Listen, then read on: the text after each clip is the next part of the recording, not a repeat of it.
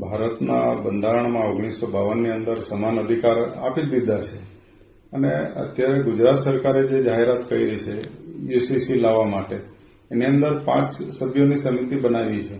એમાં સુપ્રીમ કોર્ટના નિવૃત્ત જજ અને અન્ય બીજા 4 જણા. તો અમે પેટા જાતિની પણ એમાં માંગણી કરી છે કે આ યુસીસી જે સમિતિ છે એને ગુજરાતની લોકલ એસસી, એસટી, ઓબીસી અને અન્ય પિછડા વર્ગ બધાને આ સમિતિમાં એક સભ્ય રહે એવી અમે માંગણી કરી છે. પણ આ યુસીસી લાવવાની આઝાદી પછી આ કઈ જરૂર સહેજ જણાતી નથી.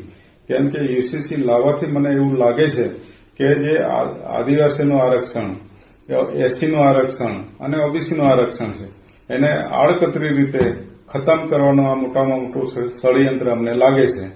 તો આદિવાસીને બાકાત કરવાનું ખાલી આદિવાસી આંદોલન નહીં કરે એટલા માટે આદિવાસીઓને પણ આવનારા સમયની અંદર પહેલા તો જે આ બીજા બધાના જે અધિકાર ખતમ કરવાના છે એના પછી આદિવાસીઓનો વારો લાવશે આ લોકો અને ત્યારે પછી પાછા યુસીસી કરી સુધારા વિધેયક લાવી ને એમાં આદિવાસીઓને નુકસાન કરે એવી જાતનું અમને ગંધ આવી રહી છે આ ષડયંત્રની અંદર.